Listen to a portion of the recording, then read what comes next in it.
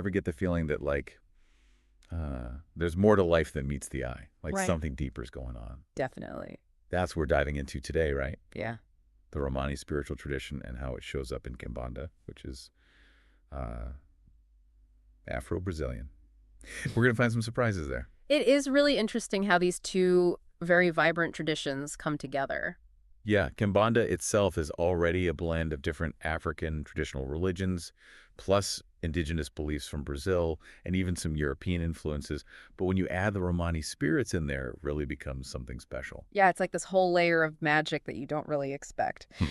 But it's there. So for our listeners who are just tuning in, could you give us a little background on Kimbanda itself? Sure, Kimbanda. It's rooted in African traditions that were brought over with the transatlantic slave trade. And it's a belief system where the spirit world is very present in everyday life, and the spirits can offer us guidance for navigating like the ups and downs and everything. And within that system are the Romani spirits, right? And Yeah. these aren't like representations of the Romani people. These are actual spirits that lived. Right. That blows my mind a little bit. Yeah, it really shows how inclusive Kimbanda is as a tradition and how it's always kind of evolving and embracing new influences. And the Romani people, with their history and their really deep connection to the spiritual realm, they really bring something really special. Okay, so let's break that down a bit. When we talk about the Romani spirits in Kimbanda, what are we talking about? What defines them? Well, the first thing that I think of is this deep love of freedom. Oh, Freedom from being put in a box, societal expectations. right. And they really encourage us to find our own intuition, and trust that to guide us through life, to make our own path. And that's something I think a lot of people can relate to, that like desire to not be ordinary, to not be put in a box, to find their own way. Yeah. Would you say that that's like one of the biggest things that they offer? Definitely. I think they really embody that because they lived outside of the boundaries that we're used to, and they bring that energy to their spiritual guidance. Okay. Yeah, it's about trusting yourself more than anything and having the courage to follow your own heart. That's a really powerful message because the world is constantly trying to put us into boxes. Yeah. And this is about not doing that. It's about being who you truly are. So it's not just like external freedom, it's internal freedom. Yes, exactly. It's about breaking free from limitations, your own limitations, and stepping into who you really are. And it starts by listening to your own self. And that kind of leads into my next thought, which is this wisdom and guidance that the Romani spirits offer. They're sought after for advice about life's big questions. What kind of wisdom are we talking about? Well, if you think about it, they traveled all over the place. They were exposed to tons of different cultures and different ways of life, different traditions. So they really were open to learning and soaking up all this knowledge, and then they bring all of that to us. So it's almost like they have this really unique perspective because they were able to experience the world from all these different angles. Exactly. And they use that knowledge to guide us on our own journey. So if you're struggling with purpose, if you're struggling with love, with crossroads, all of that stuff, they can offer really good advice.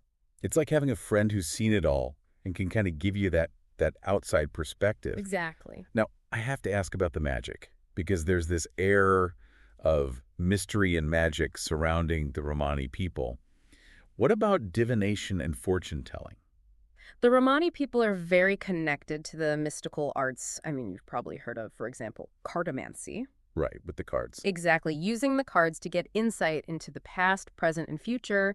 They're also known for using crystal balls, reading palms, lots of different practices. That's so interesting. So it's like they have this ability to tap into something beyond what we normally see. What is it about that they're trying to get to? Well, I think it comes from a deep understanding that we're not just physical, right? We also have a spiritual side. Okay. And the Romani spirits understand that there's this whole other dimension that plays a role in our lives. And they offer us these tools that can help us access that wisdom. So it's not about like, will I win the lottery tomorrow? Yeah, really. It's more about getting clarity. Exactly. And making good decisions in your life. Okay, that makes sense. It's about understanding the energies around you so you can make more informed choices. That makes a lot of sense. So we've talked about their connection to freedom, their wisdom, their mastery of divination.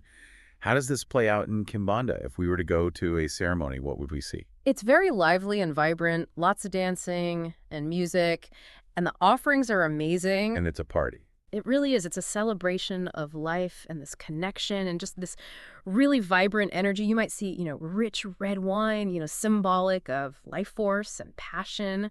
There will be baskets and baskets of fruit like grapes and apples, abundance, the sweetness of life. That sounds amazing. And then you've got the visuals. You might see gold and silver coins, prosperity, Yeah. right?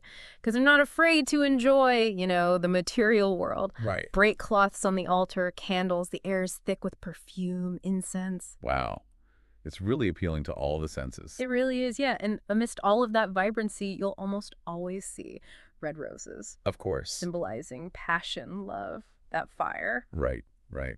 Yeah, it's really interesting how these offerings really paint a picture. It's not just symbolic. It's like you're really trying to create a connection. Yeah, you're inviting their energy in. You're acknowledging that they're there, showing respect. So it's through this that you can actually, the music and the dance and the offerings, that you can tap into the energy. Exactly. Create that space. So speaking of that, you mentioned earlier cartomancy, using the cards. Can you give us an example of what that would look like if you were seeking their guidance? Sure. Let's say you have a big decision coming up in your career. Okay. You could go to somebody who works with the Romani spirits, and they would use the cards and they would lay them out, different spreads. Each card has a different meaning. And through that, they can kind of glean what's going on, what are the different possibilities, what should you watch out for, and give you advice on your best course of action. So it's like having a map. Yeah, sort of. Right. It's not necessarily telling you exactly what to do, but giving you more information so you can make a good decision. Exactly. It's not about, saying this is what's going to happen, but this is what could happen. You still have free will. It's interesting how that ties back into the freedom. Even when you're asking for guidance, you still have the freedom to make your own choices. Right, and that's a powerful message. It's not about being passive. It's about, no, you are a powerful being. You can create your own future. That's awesome. So we've been talking about this as a group, but are there any specific figures within this tradition? Yeah, there are a lot of really well-known figures, and they all have their own kind of energy, but one in particular that comes to mind is Cigano Pablo. Tell me about him. Yeah, he's kind of seen as a leader, a wise elder in the Romani spirit world, and he's really connected to, justice, fairness, truth.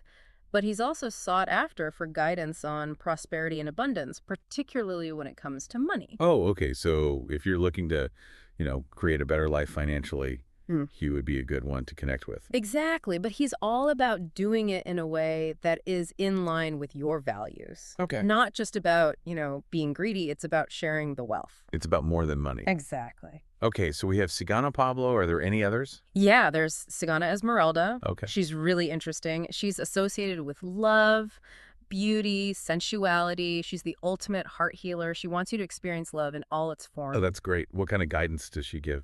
She's really good with, if you want to attract love into your life, or maybe heal from past relationships that didn't go so well, or if you want to kind of rekindle the flame, she can help you with that. She reminds us that we all deserve love. It's like having a really good friend that can, that understands those things. Exactly. So we've got Cigano Pablo and Cigana Esmeralda. Who else is there? Well, you can't talk about this tradition without mentioning Cigano Wladimir. Okay, what sets them apart? He's the protector, He's associated with strength and courage and spiritual defense. Oh, okay. So if you're going through a hard time, facing some challenges or obstacles, he's the one that you want to call in. He helps you tap into that strength, that resilience. It's like they each have their own specialty. Exactly. And you can work with the one that calls to you, the one that maybe aligns with what you need right now. It's about finding that personal connection. It's not just one thing. It's about, finding what speaks to your soul. As we've been talking about this, I keep thinking about joy.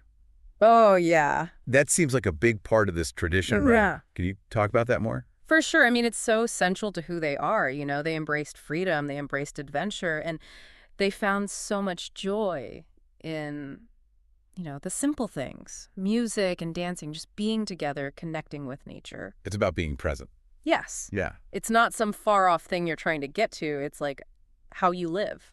So they teach us to enjoy every day the simple things. Yeah. Savor a meal, have a dance party, just appreciate what's around you, Live fully. It's that zest for life. It's really inspiring. Like they challenge us to kind of go for it, Absolutely. They were pioneers. They did their own thing, even when people told them not to, And they teach us that freedom is about going into the unknown and trusting that it'll all work out. We're not supposed to just sit on the sidelines. We're supposed to dive in. Exactly. Embrace the adventure. I love that. Right.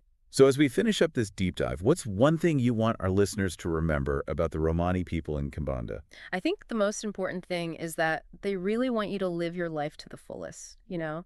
And to do that, trust your gut, follow your passions, and find that joy every single day. Be yourself, you know? Don't be afraid to be who you are and just embrace the unknown.